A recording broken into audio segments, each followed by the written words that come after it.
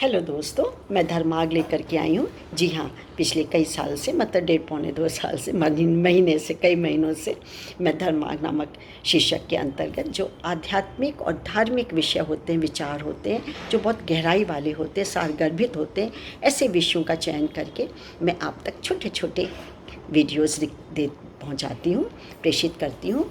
और निसंदेह आप इसको सुनिए और सुन करके निसंदेह आप धर्मार्ग को अपनाए बिना नहीं रहते।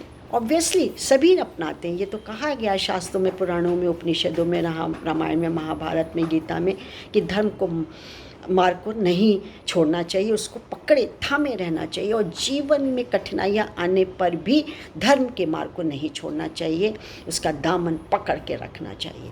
आज भी मैं धर्मार्ग में मैंने टॉपिक निकाला हुआ है, शीर्षक निकाला हुआ है, आस्था का संबल, और इसको हम तक लाएं श्री धनंजय अवस्थी जी। अवस्थी जी, आपको नमस्कार और कोटि कोटि धन्यवाद कि आपकी बात मैं जन जन तक रखती हूँ। तो शुरू करते हैं आस्था का संबल। जब मेरी उम्र, जिसने लिखा हुआ है अवस्थी जी ने, जब मेरी उम्र लगभग 14 वर्ष की थी, मैंने कल्याण में कहानी पढ़ी थी। कल्याण एक गीता प्रेस की मैगजीन आती है, वो है।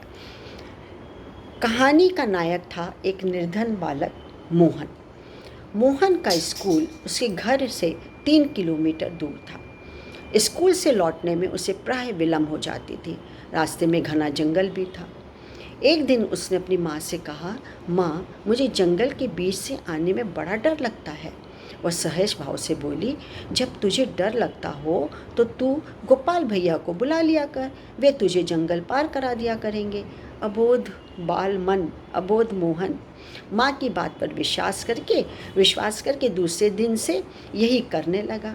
वह जो ही जंगल के पास पहुँचता, आवाज़ लगाता, गोपाल भैया, मुझे डर लग रहा है, जल्दी आओ ना। तुरंत आवाज़ आती, मोहन डर मत, मैं तेरे साथ चल रहा हूँ। कई दिनों बाद माँ ने पूछा, मोहन, क्या अब भी तुझे डर लगता है? डर तो नहीं लगता ना? तो मोहन बोला, नहीं माँ, अब तो गोपाल भैया रोज़ गांव के बाहर तक मुझे पहुंचा देते हैं। सुनकर माँ को अद्भुत आश्चर्य हुआ। वस्तुतः मोहन की गोपाल भैया के प्रति दृढ़ आस्था से उसका जीवन ही धन्य हो गया, माँ का जीवन धन्य हो गया।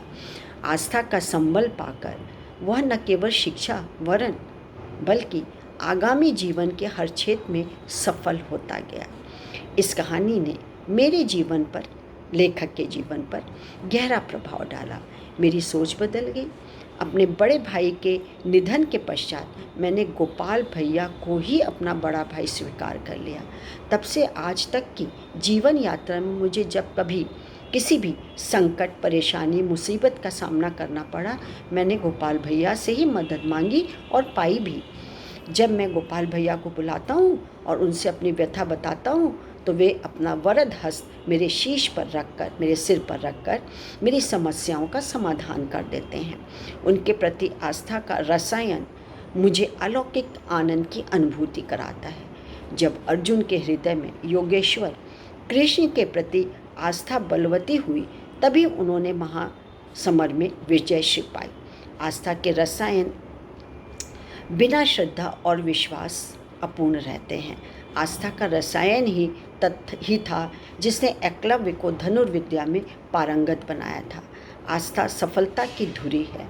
आस्था का रसायन अप्रतिम अनुपान है।